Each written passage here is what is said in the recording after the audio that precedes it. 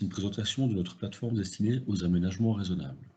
Cette rapide présentation se base sur une élève fictive nommée Tessa. Tessa a 13 ans et demi et est actuellement en première année différenciée après avoir effectué toutes ses primaires de l'enseignement spécialisé. Elle bénéficie d'une aide logopédique de 4 heures par semaine. Lors des premiers conseils de classe, ses professeurs énumèrent les difficultés qu'ils ont observées chez elle. Elle éprouve des lacunes dans tous les domaines d'apprentissage, est vite distraite et ne parvient pas à se concentrer sur une longue période. Je vais donc vous montrer dans notre portail comment gérer cela, comment trouver des solutions à ces différentes difficultés. Alors, quand on arrive dans le portail, on se connecte et on arrive directement dans la liste de ces élèves. On choisit la gestion des aménagements. Et si des aménagements sont déjà prévus, on va les retrouver dans cette liste qui est évidemment pour le moment encore vide. Donc nous avions dans les difficultés relevées la distraction que je vais retrouver dans une de ces catégories. Donc, tout a été classé par catégorie. Et je vais retrouver via tout un système de questions successives classées dans les catégories également, des questions qui vont permettre de cibler les difficultés de mon élève et de trouver ensuite les aménagements à mettre en place pour pouvoir gérer cette difficulté. Au niveau de la distraction, donc je vais avoir une question, par exemple ici, l'élève présente-t-il des difficultés d'attention ou de concentration?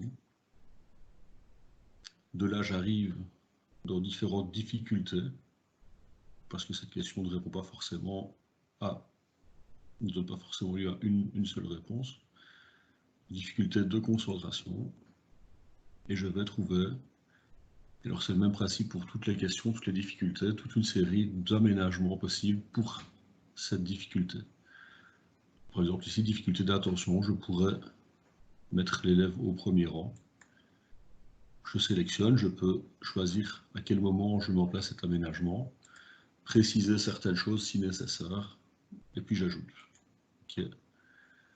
Je vais retrouver mon aménagement dans la liste des aménagements choisis pour cet élève, en sachant que si je voulais le supprimer après un certain temps, je vais quand même pouvoir réimprimer une liste complète de ce qui a été mis en place pour l'élève qui est demandé dans le décret.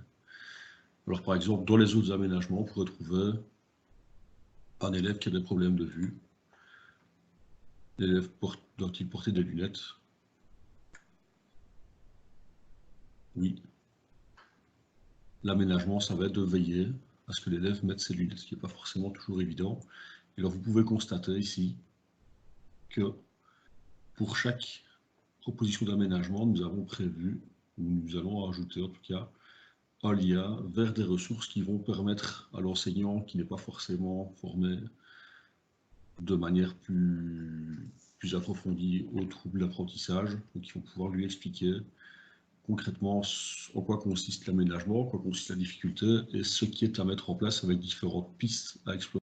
On peut encore ajouter que ce système n'est pas réservé aux élèves à besoins spécifiques, qui peut s'appliquer à n'importe quel élève de la classe qui présenterait une difficulté permanente ou au moment de sa scolarité. On peut encore préciser que les différentes listes d'aménagements que nous avons relevées ne sont pas figées, on peut les compléter, on va certainement les compléter. Et enfin, le mode que je vous présente ici par question, en fait l'approche par question n'est pas le seul point d'entrée pour notre liste. On peut filtrer sur les catégories, on peut chercher avec un mot-clé, on peut classer. Voilà, nous avons prévu différentes choses pour faire en sorte que le professeur ou l'équipe qui doit gérer les aménagements raisonnables puisse en trouver de manière la plus rapide possible et de manière en même temps à pouvoir se former, de pouvoir apprendre des différentes informations qui vont lui être présentées. Et nous espérons que ce projet permettra de simplifier l'intégration et la gestion des aménagements raisonnables dans les différentes classes. Merci.